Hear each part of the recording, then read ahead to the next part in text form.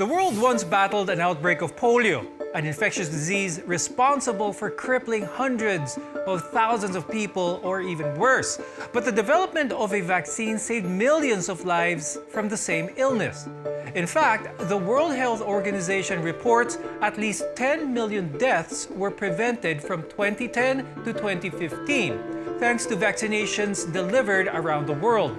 But the pandemic caused a drop in routine immunization in the country. Today, we'll take a closer look at immunization and why it needs to be prioritized. I'm Dr. Freddy Gomez. This is MedTalk Health Talk on CNN Philippines.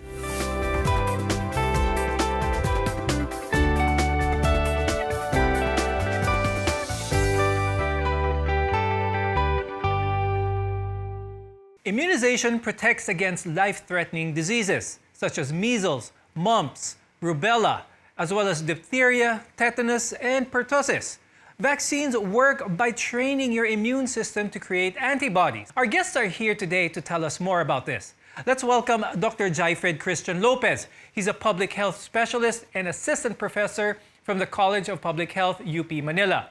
We also have Dr. Claire Pioquinto Doble. She's a pediatrician at Pioquinto Adult and Pediatric Clinic and Pharmacy. Thank you both for joining us today. Now, the COVID-19 pandemic has disrupted our day-to-day lives, and many of us are reluctant to step out of our homes out of fear of catching COVID-19, from running errands to medical checkups and even vaccinations.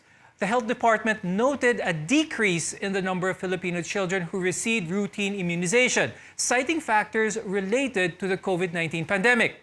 Health Undersecretary Maria Rosario Vergeres said the figure last year was at 61.5% of the eligible population, or around 1.3 million Filipinos. This was down by 7.6% from 69.1% in 2019. That's more than 30% below the national target. And despite vaccinations being available and accessible even during community quarantine periods.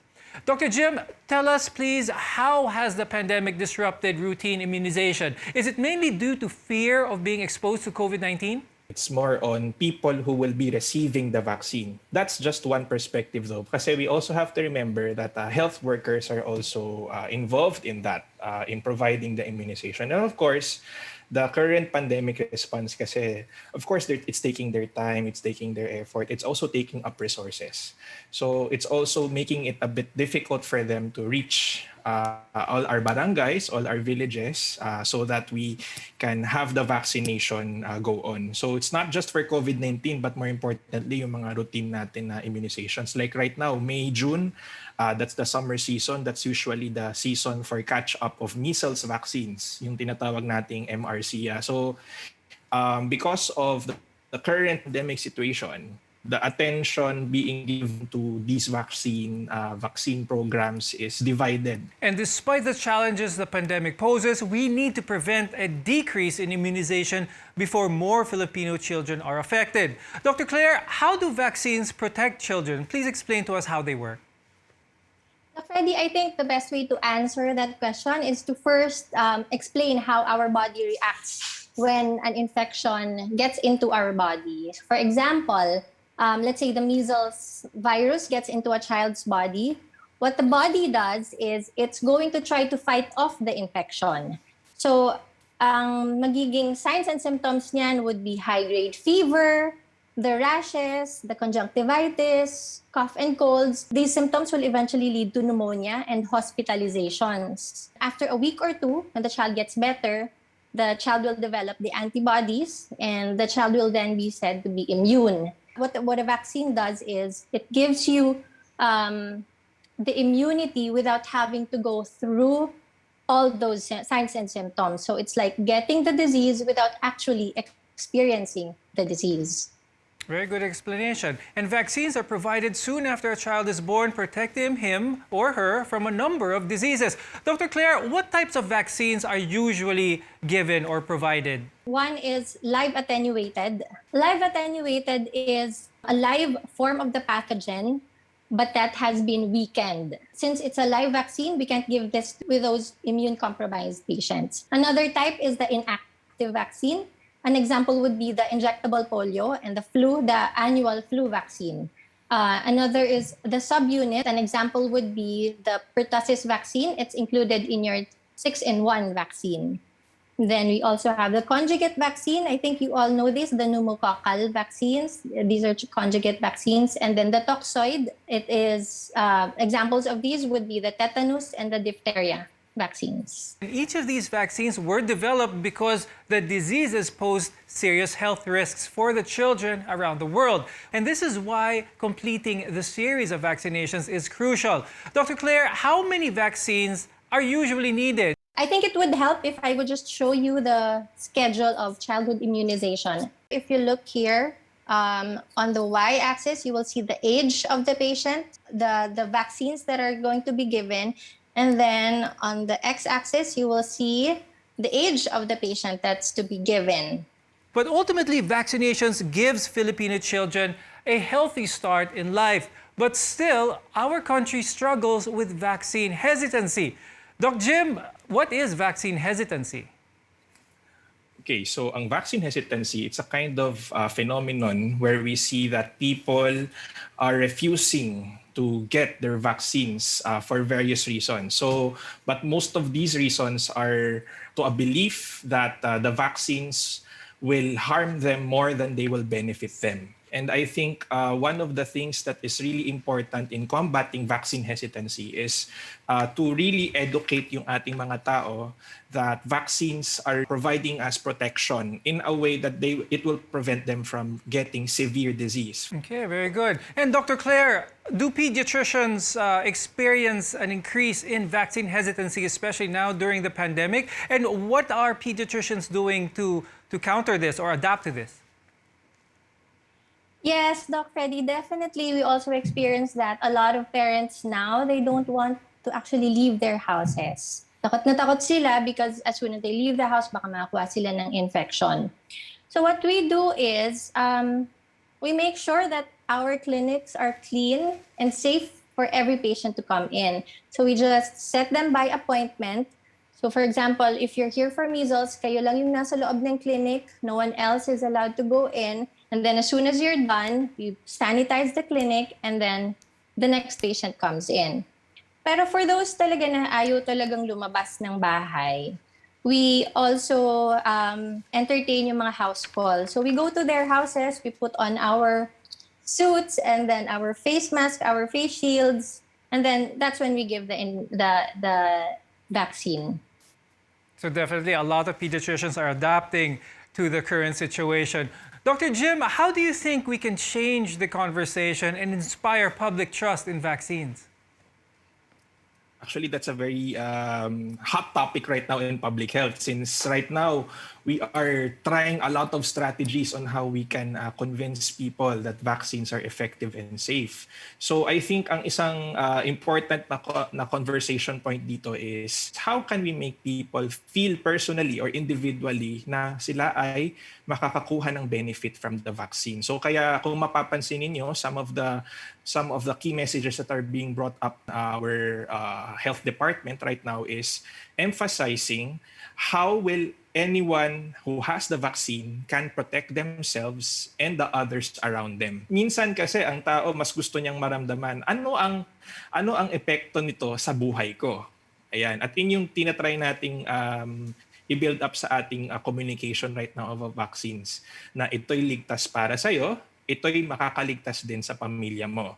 Vaccines work to protect people against harmful diseases. What are these diseases and who needs them? We'll discuss this after a short break. Stay with us on MedTalk Health Talk. You're watching CNN Philippines.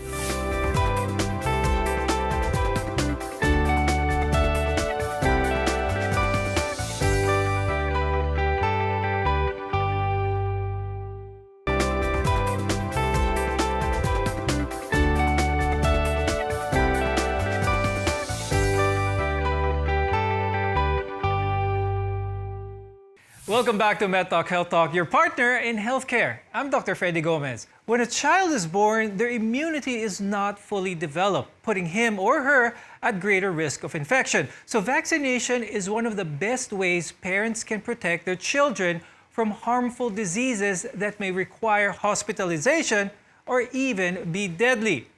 Dr. Claire, What is your best advice to new moms out there with kids who are unaware of what vaccines are needed for their child? My best advice would be to listen to your primary physician or your pediatrician. Because as soon as you're discharged from the hospital, sasabihan ka naman ng doctor doon, or you follow up with your pediatrician on this day. So on your follow-up, the pediatrician will then explain to you one by one what vaccines are needed. At the same time, yung first visit, we stress out the importance of getting all these vaccines at the right time. However, immunization is not just for children. Adults may also be at risk of some vaccine-preventable diseases. Alam naman natin na every year kailangan mag-flu shot. Doc Jim, when do adults need vaccination and what vaccines are provided for them? Mostly, the vaccines that are given for adults are usually given in regard to upcoming travel plans. Kung yung mga gustong lumabas na, of course, papasok sila sa isang bansa na kakailanganin nila ng bakuna. Most of the vaccines that are being recommended for adults, so aside from the flu vaccine that was already mentioned, we also have a hepatitis B vaccine, which is basically protecting us from bloodborne antigen or a virus that can actually be existing in, for example po, yung mga sa blood transfusion, that's why we try to also ensure that we are testing our individuals who would like to transfuse blood. Also, HPV vaccine. I think it's a very much important aspect of preventing cancer. Of course, naalala po natin lagi ang tetanus vaccine kapag tayo ay nasusugatan or na-aksidente, and it's one of those things that are usually given right away. So yung tinatawag na anti-tetanus serum saka yung tetanus antigen. I would say that it would really be more important if the particular traveler will recognize a specific risk that they would like to manage before traveling to a specific country, para sila po ay maprotektahan sa sakit. Dr. Claire, you emphasized earlier how important it is for the children to completely immunize at a certain time. Could you please explain to our viewers at what time frame these vaccines should be completed if the proper schedule is followed?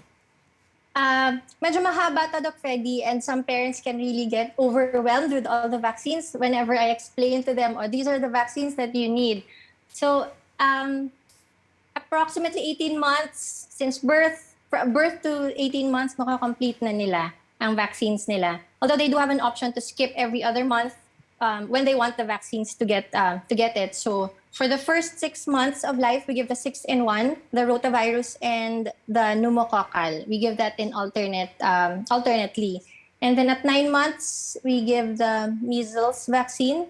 And then we also give the Japanese encephalitis and then the meningococcal vaccine, first dose. And then at 1 year old, we give the varicella, the MMR, the mumps, measles, rubella, the hepatitis A vaccine, and then the boosters of 6-in-1 and the pneumococcal. Just below 2 years, ang dami na nilang nakuhang vaccinations. A lot of moms may question, is that too much? Is that too many? What's the safety effect? Are there any side effects that may happen with all of these vaccines being given to my child?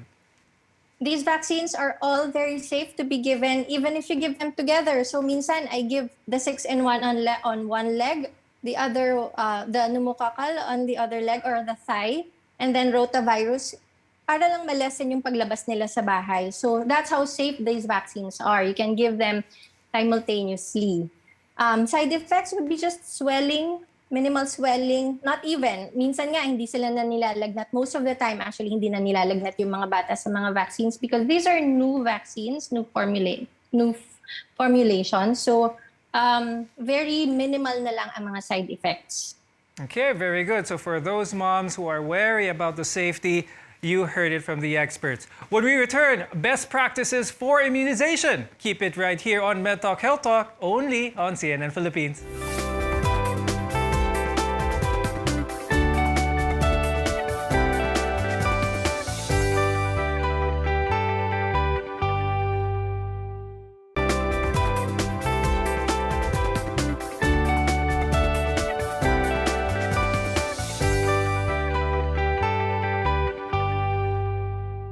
I'm Dr. Freddy Gomez. This is MedTalk Health Talk on CNN Philippines.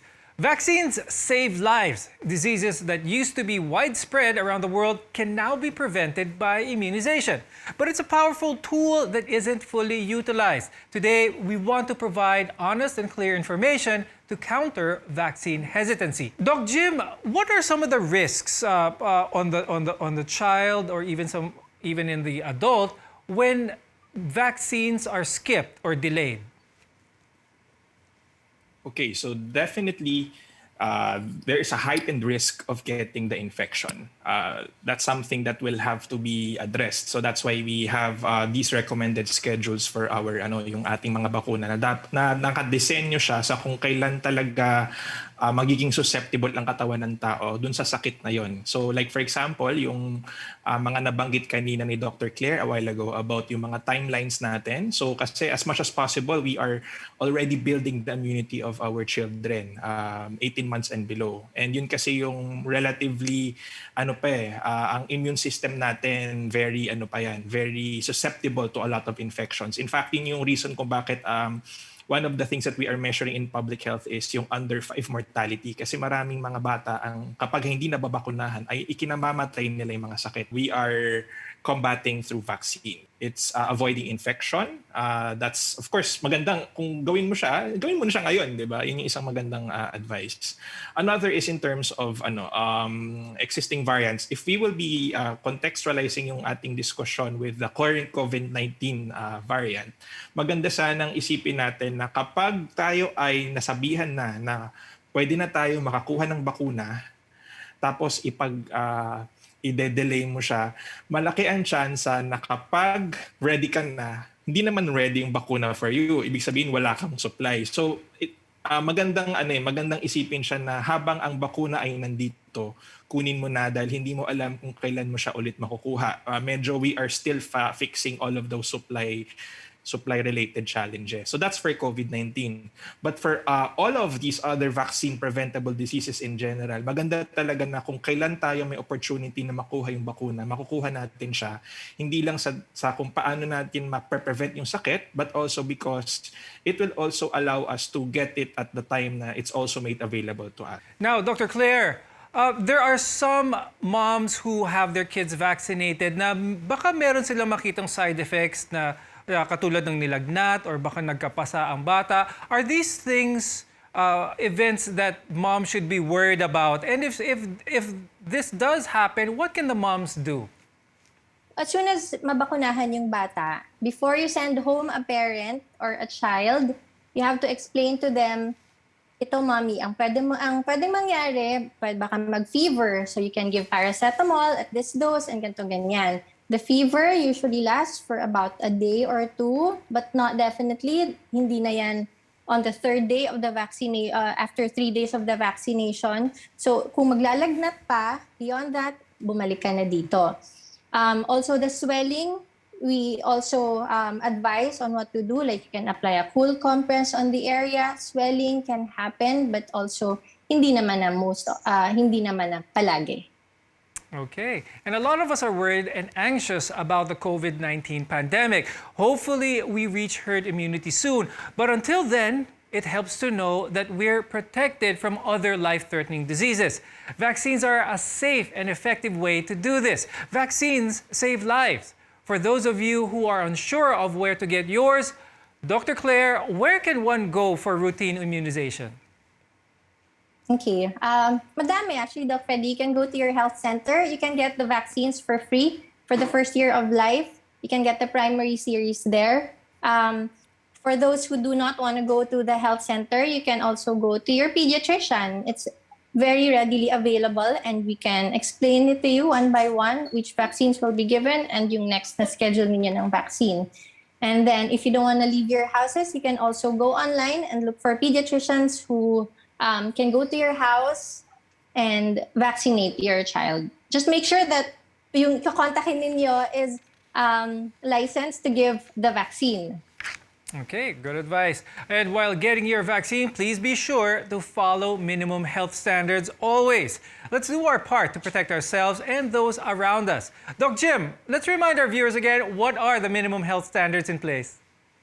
Okay, so of course you have to maintain your physical distancing. So our establishments have 1.5 meter minimum distance. As much as possible, we should maintain that. We should do proper hand washing. So as much as possible, 20 seconds using soap and water or alcohol-based sanitizer. And of course, we have to put on our face mask and face shield, especially if you are in a confined place. Maganda sana that we have a face shield for that. And if ever you will be offered the chance to do a contact tracing form, it's nice to also participate in that so that in case the venue will have a particular case, you will be contacted and you'll be able to take on your quarantine. Yes, at hindi kami magsasawang magsabi, always wear a mask and face shield, practice social distancing, and sanitize your hands. Thank you, Public Health Specialist Dr. J. Christian Lopez and Pediatrician Dr. Claire Pioquinto Doble for inspiring this cause. We appreciate your insights and your time. We hope our conversation today was helpful. I'm Dr. Freddy Gomez, and thank you for watching MedTalk Health Talk on CNN Philippines.